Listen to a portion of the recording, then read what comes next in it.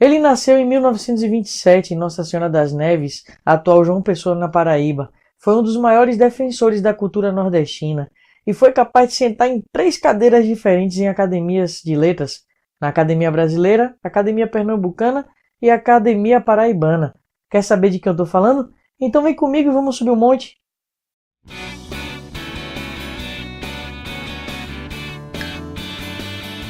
Nascido em 16 de junho de 1927, na cidade de Nossa Senhora das Neves, hoje João Pessoa, lá na Paraíba, filho do então governador João Urbano e de Rita de Cássia Suassuna, o 8º filho deste casal é ninguém menos que Ariano Suassuna. Passou os primeiros 7 anos de vida numa fazenda chamada Acauã, ali perto da capital da Paraíba, mas com apenas 2 anos de idade ele perde seu pai num assassinato político durante a Revolução de 30. Se ligue. Para quem não sabe, a Revolução de 30 foi uma revolução armada orquestrada por Minas Gerais, Paraíba e Rio Grande do Sul. Esses estados não estavam satisfeitos com a eleição do presidente Washington Luiz e se uniram para derrubá-lo. E conseguiram, tanto Washington Luiz quanto seu sucessor Júlio Prestes, e colocaram no lugar dos dois o presidente Getúlio Vargas.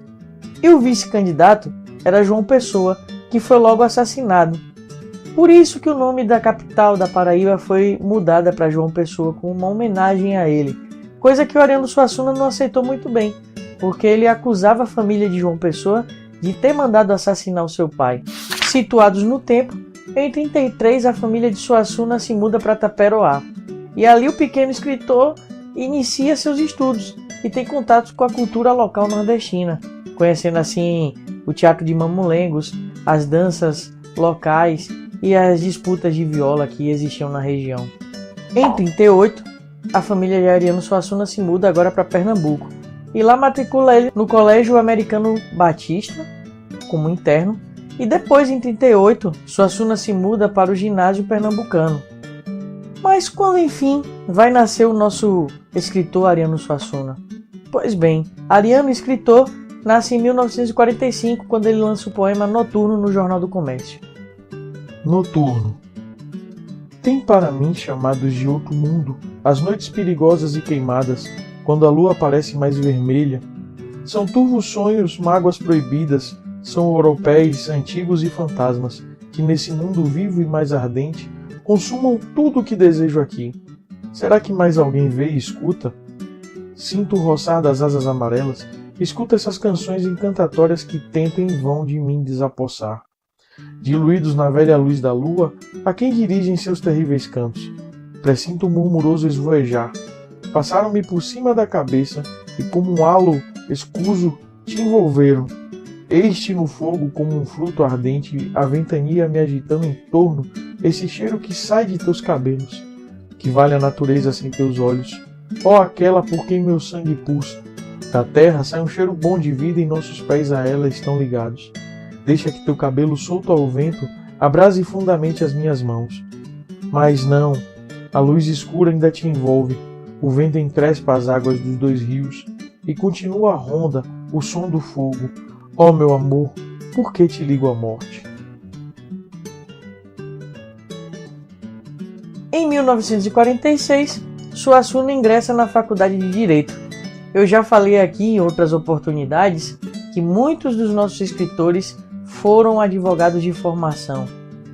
Isso é uma coisa da época, da nossa sociedade, na verdade. A gente até hoje vê muitos alunos que querem se matricular na Faculdade de Direito, ou é Medicina, um dos dois. Mas se o sangue artista tá na veia, você pode fazer qualquer curso que em algum momento ele vai gritar e você vai sair daquela área e vai fazer aquilo para que a vida te chame de verdade. Pense nisso. Enquanto estudava Direito em Recife, junto a Hermilo Borba Filho e outros colegas de faculdade, funda o Teatro do Estudante de Pernambuco. E é aí que escreve sua primeira peça, intitulada Uma Mulher Vestida de Sol. E um ano depois escreve também a peça Cantam as Harpas de Sião. Lá para 1950, Ariano aí se forma em Direito e ele vai trabalhar na área, mas sem deixar o teatro de lado. Ariano sempre foi muito próximo da cultura nordestina, e lá em 1956 ele vai lançar uma peça que todos vocês conhecem, chamada O Alto da Compadecida, que anos depois a Globo transformaria em seriado e depois até em filme, que eu recomendo a todos que possam assistir e também ler, porque é uma peça muito engraçada, é um texto muito engraçado e traz críticas muito interessantes para a sociedade da época, mas que ainda vale para os tempos de hoje. No Alto da Compadecida, a gente pode observar o estilo literário do autor. Ali a gente vê que ele escreve muito peças que beiram o profano e o religioso, mas sem se aprofundar muito em questões teológicas.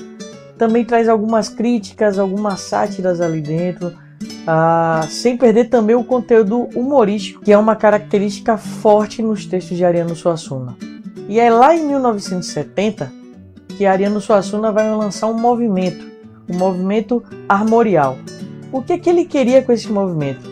Ele queria que os escritores então pudessem escrever seus textos dando um olhar maior para a própria cultura brasileira, mas com certa erudição. No caso dele e dos escritores nordestinos, que pudesse utilizar mesmo a cultura de raiz local.